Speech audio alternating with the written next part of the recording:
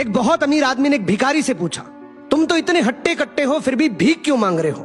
भिखारी बोला, साहब मेरे पास महीनों से कोई काम धंधा नहीं है, अगर आप मुझे नौकरी दे तो मैं भीख मांगना छोड़ दूंगा।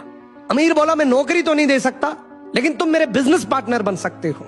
मेरे पास एक चावल का प्लांट है, तुम चावल बाजार में सप्लाई करो और मुनाफा महीने के अंत में बांटेंगे।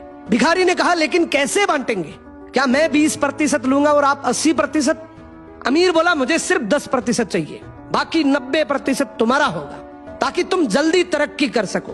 भिखारी ने जोरों से काम शुरू कर दिया। उम्दा चावल और सस्ते दामों से उसकी बिक्री बहुत बढ़ गई और उसे खूब मुनाफा हुआ।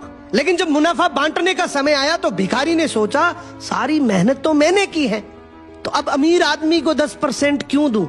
अगले दिन अमीर आदमी आया और जब हिस्सा मांगा तो भिखारी ने बहाना करते हुए कहा कि साहब मुझे तो बहुत नुकसान हुआ है, मुझे जितना मुनाफा हुआ है उतना तो कर्ज चुकाना है, तो इस हिसाब से मुझे कोई मुनाफा नहीं होगा, तो आप इसके हकदार नहीं हैं। अमीर आदमी ने कुछ नहीं बोला और वहां से चला गया।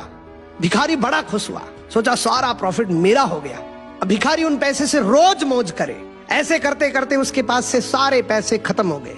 अब पैसे भी नहीं है और काम धंधा भी नहीं है, तो मजबूरन उसको फिर से भीख मांगना शुरू कर। एक दिन वो अमीर आदमी उसके पास से गुजरा और उसको देखा, यार ये तो फिर से भीख मांगने लग गया। अमीर आदमी ने एक बहुत अच्छी बात बोली कि इस दुनिया में गरीब और अमीर आदमी जो होता है ना, उसमें सबसे बड़ा डिफरेंस होता है उसकी सोच का।